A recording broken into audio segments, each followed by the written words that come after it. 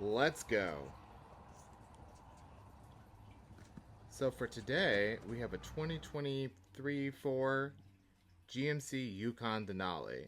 Do a quick little walk around. Got that big GMC grill, nice projector headlights with the LED treatment. Not a bad looking truck. Super excited to get a review in on this one. Walking around the back, it's the shorter standard wheelbase. Looks like this one came from Florida. Let's go and start her up. Hear that V8 come to life. Oh,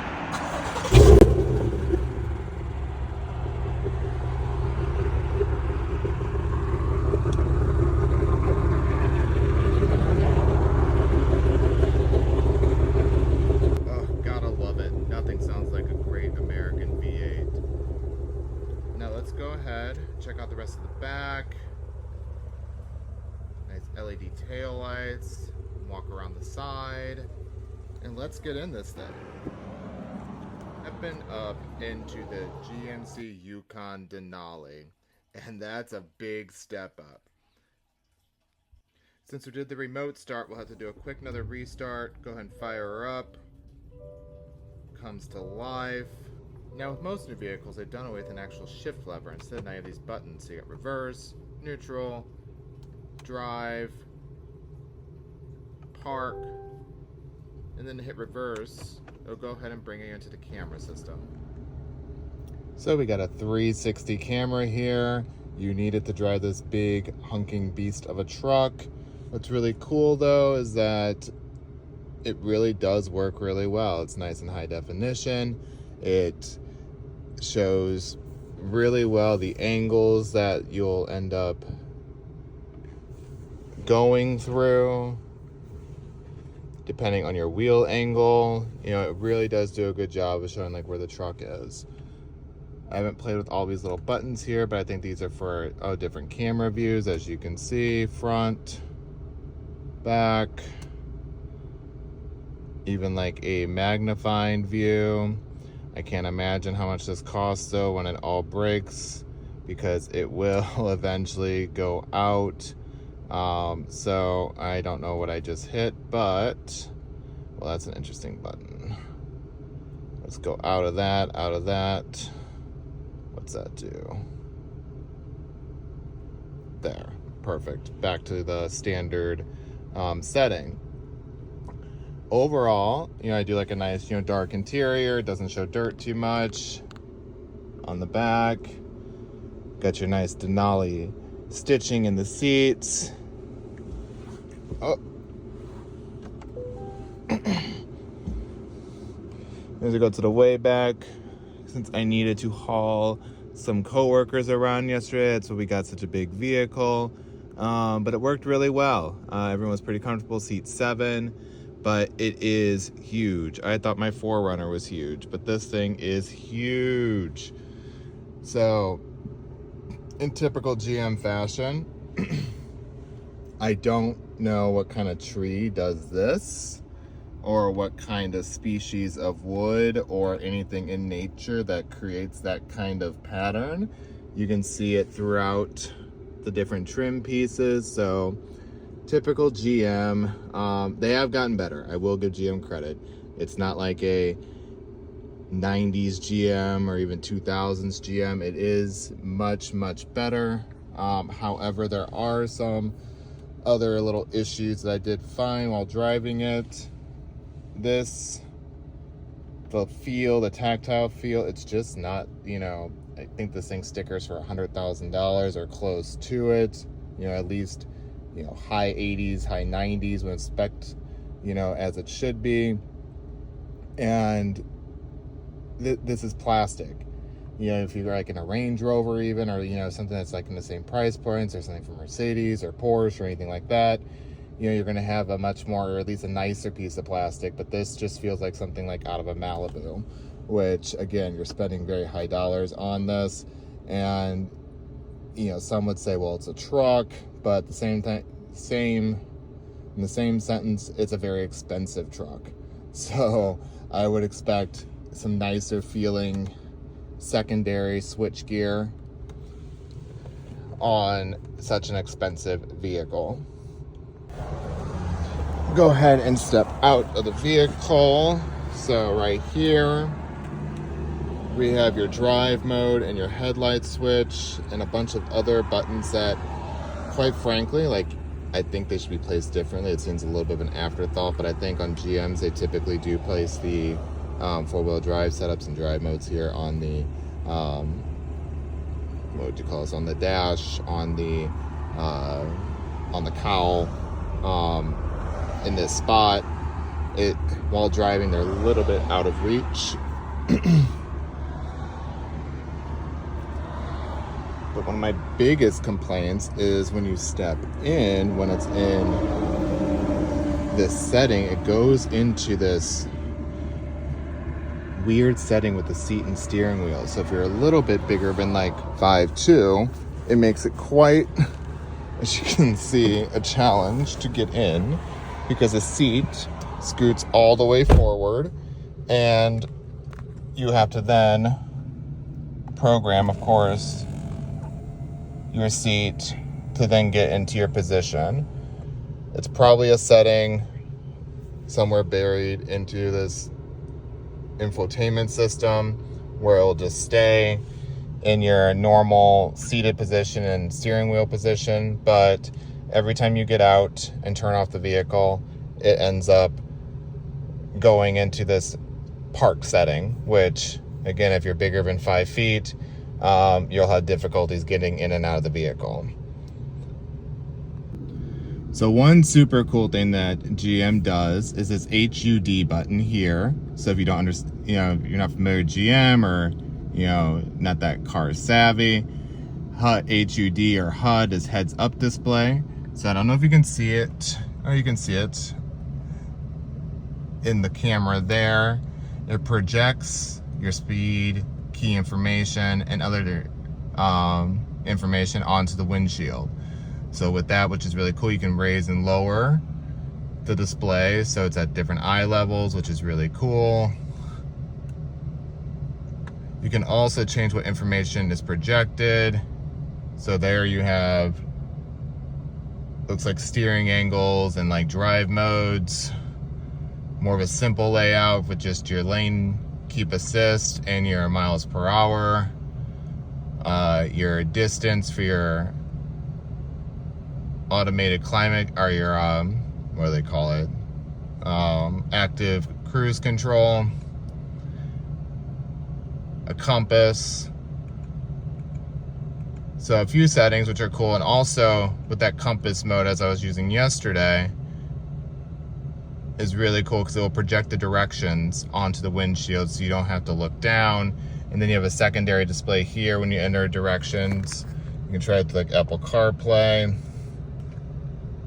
There you go. So you got that there, but then you also have that there, which is super cool. So it feels like kind of like in the future in a GM, which I don't know, again, how long that will last, but for the first year or two that this is like, been on the road with 20,000 miles, it seems to be working okay. So hopefully it will keep working for at least another couple years before it, gives its owner a big old headache and a big old repair bill. So a few other things I did really like about the Denali are that, it's a big, huge vehicle. Like, it's also got a nice V8, something you don't find that much anymore in vehicles in the 2020s. Everyone's gone to turbo, it's in hybrid setups with V6s, so a lot of the big V8s have kind of gone by the wayside, but there is nothing like the sound. Maybe it's kind of muted, but you can hear it a little bit. I think the Escalade has a little bit better engine or exhaust note, but you still get that nice V8 burl, and then also that nice torque that you get from like a V8 that you can't really get. It's close, in these like turbo V6s, but also it's not quite the same. You get the instant torque like with the hybrid setups and some, but sometimes like the going between the hybrid and the electric setup, it's not always so seamless. So nothing really, I think that the statement or the saying is like you can't replace displacement. So I do have to agree with that. Going back over here to these drive setups. So you have automatic headlights. So it is pretty well equipped. You have your lane keep assist, your parking assist, your auto on off, you know, when you're stopping, traction control, hill descent control. Here's that 360 camera. So like if you're not in reverse, you can press this, which is cool. And then it pops up over here on the screen. And then you can get those different camera views. Again, as you turn the wheel, you can see it does an actually very good job, and it is very generous. So like even I think there is a little bit of buffer, you know, in between you know, what you're actually going to hit, you know, if you're getting pretty close. It was funny trying to pull out of my driveway with the 4Runner and then Billy backing up with the, you know, his BMW. So like we made it, but again, it's a very big vehicle. You need this 360 camera in order to actually maneuver this thing without tearing it up. Going back over here, so you can turn off that. This should take you, well, typical GM, you press something and it just takes a while. The screen is actually not too laggy, which I was actually surprised about. However, driving yesterday, I noticed that little parts started to flicker. So again, that is this is why I didn't buy a GM or anything other than a Toyota or a Lexus product, because you run into these little quality issues. And I'm sorry, like at 20,000 miles, you shouldn't have little flickering and like pixels starting to go out on your $80,000 truck screen. As we get to the steering wheel, you have your different drive menu or screen menu selections here. Over here you have your active cruise control, nice heated steering wheel. You have your distance setting for your active cruise control. Nice, you know, leather wrapped steering wheel. So overall it is a very nice place to be. It was very comfortable. There's that very mutant type of wood that I've never ever seen before in nature. It might be real, I don't know, you tell me in the comments if you think this is like a real wood or not, but it just screams fake or just unnatural to me. So I would prefer something either, you know, to be just, you know, it's fake, like a carbon fiber or a type of metal or something like that even, versus just some very interesting patterned. It doesn't even feel that nice. You can feel like, you know, I guess what's supposed to be the rings or like, you know, the texture of the wood, like so maybe it's like an open pore kind of wood, but it just doesn't look very nice and luxurious to me. What else? Again, with your drive modes, what's nice about the Denali too is that you have an auto, so like I guess you'd call it like an open transfer case. So like you don't have to worry about, like in my 4Runner, it's a part-time 4-wheel drive system. So, you know, you get to switch between 4-wheel drive and 2-wheel drive all the time. There's no auto. My old 4Runner though, actually was full-time 4-wheel drive. So that was nice. With this, you know, you save your auto, but then you have your 4 high, 4 low, and just 2-wheel drive. And then, as I mentioned before, you have your different drive modes. So if you can cycle through that between sport, off-road, tow haul. Tow haul is going to probably start you off in a you know, different gear versus first, and then also just probably remap the transmission to you know, not burn it out if you're hauling, but then also just maximize, you know, fuel economy and like help, you know, use engine braking and so forth for you know, more control when you're hauling trailers. Lastly, up here on the console, just some weird GM controls like I just never fully understand. So with the automatic lift gate, so you have a max, a 3/4, or you can turn it all the way off. I personally prefer off. That's something else that I feel like, you know, just like break over time. So I would just try and keep that off and like, you know, hope that like, you know, the struts, you know, don't end up breaking and costing, you know, again, another silly repair bill. This button here, originally I thought was a sunroof. It's not. It has this interesting party trick. So I'm going to go ahead and press it now.